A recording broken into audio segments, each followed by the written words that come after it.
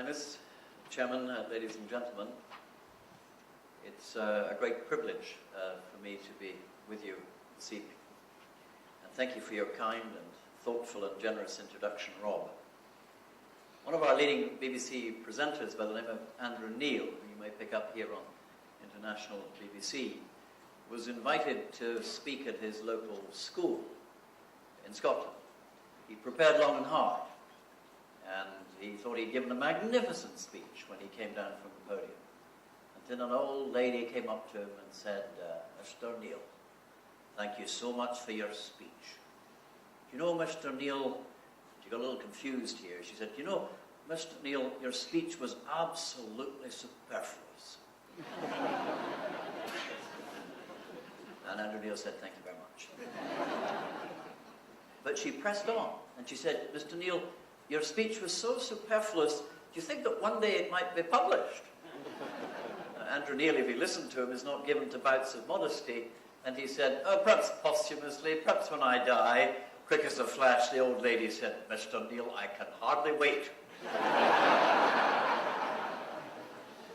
Now, I hope that my remarks this evening to you, short as they will not be in any way superfluous to the magnificent presentations we've had from Kibbe and Buckley and our chairman, Rob, this evening. But when invited several months ago to come and give this David Rattray annual lecture, I cleared my diary, and I think you did too, Nikki, so that we could meet for the first time.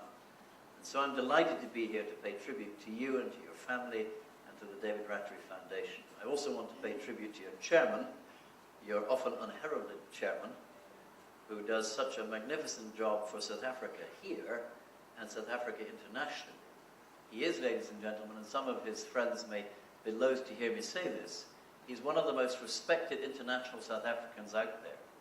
He is carrying a flag in so many different ways, in so many different areas. And there was no doubt in my mind that I should invite Rob Taylor and his charming wife Sarah to be our leading protagonists of Columba 1400, working in partnership with Heartlines Academy. This is one of your South African, these are two of your South African diamonds. Polish them up.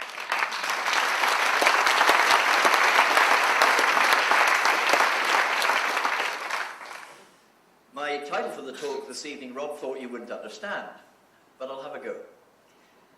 Que sera, sera. Whatever will be, will be. It doesn't have to be that way, does it? Question mark. Que sera, sera. Whatever will be, will be. It doesn't have to be that way. Question mark. An American Marine arriving back, seriously decorated, very brave guy, had an amazing amount of post-war opportunities. He couldn't think what to do. All sorts of pressure was upon him until one day he found himself in a local community hall and a young woman got up to sing the song, Que Sera. The young woman was blind, beautiful, and she sang quite beautifully. And so as we can prove Rob wrong about your recognition of this song, please join in with me when I start by saying, Que sera, sera. Whatever will be, will be. The future's not ours to see. Que sera, sera. That's about as far as I can go. The future's not ours to see. Que sera, sera. It doesn't have to be that way, does it? Now you, and not least David Rattray and Nikki, will have had que sera, sera moments, have you not? Moments where others are saying to you, it can't be done. Where people, through their jealousy, their hostility, and worst of all, their indifference, say, que sera, sera. That's just the way things are. Where do we find our inner strength and courage to say, no, it doesn't have to be that way? For me, that happened several years ago, some 35 years ago, when I was a trained lawyer. I'd read law at Cambridge University. I was working in my family, not the family legal office, but my family hometown. And a young woman was brought to me, and she was carrying her child. And she'd come for a legal aid divorce. And I realized in that instance, taking her precognition, that I was, if I committed to the law, however important that profession and expensive it might be in different times, I realized if I stayed with that profession, I would always be at the point of repair rather than at the point of need. Because when I saw that young woman with her child in arms, I wanted to be of much more use to her than ushering her through the courts. And so I decided, having been born and brought up in a Church of Scotland, the national church, I decided that I would offer myself as a minister of the church. It nearly broke my mother's heart. She was so disappointed that this young Cambridge graduate wasn't going to do something sensible and remunerative, like being a very comfortable lawyer. My father had died recently, so the agonies were deep. My father died when I was just 19, and it was a tough decision to make, particularly when I knew it would disappoint my mother so much. And because I really wanted to road test my vocation, a word that I don't think that we use sufficiently, a vocation, a calling, a secular expression might be a drivenness. You feel driven towards something, that something's happening within you when you know you've got to go an extra mile, you've got to cross the road. And so I wanted to road test my vocation, and this further disappointed my mother when I decided to work as a young minister with the ganglands of Glasgow in a place called Easterhouse. And it was there that an American minister and I put together a program where we bought a disused church in Aberdeenshire, up in the northeast of Scotland. And we took the pews out, and we completely gutted the church. We slept with the gang boys in the balconies.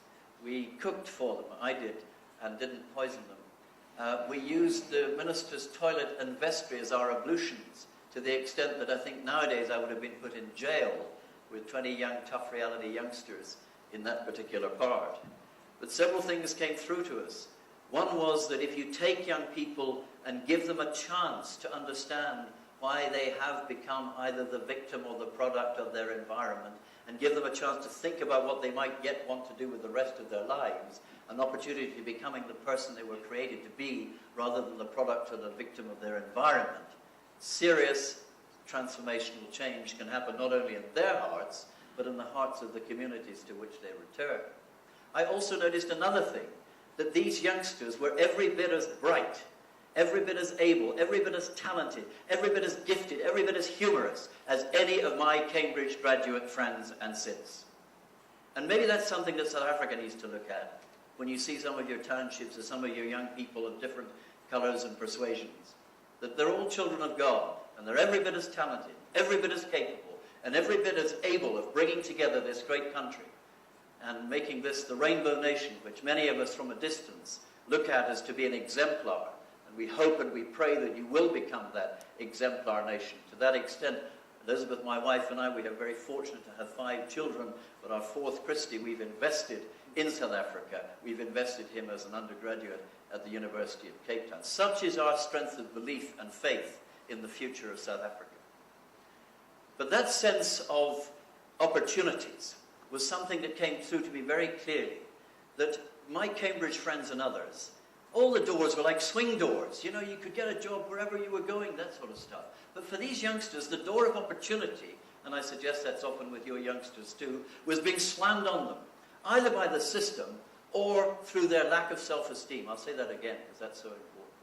The door of opportunity was being slammed on them, very often through their lack of self-esteem. So, I covenanted that I would get back to working with those young gang boys, at some stage, gang boys and girls.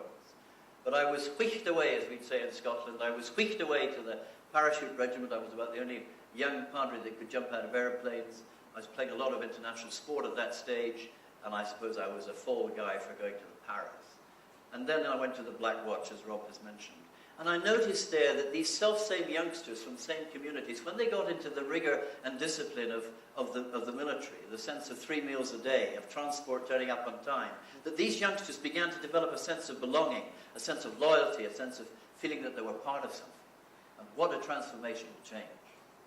And then I worked in schools 2 years as a chaplain, and then 12 as a headmaster, and then on several commercial boards like Lloyd's TSB and the BBC, where I was a national governor on their worldwide board.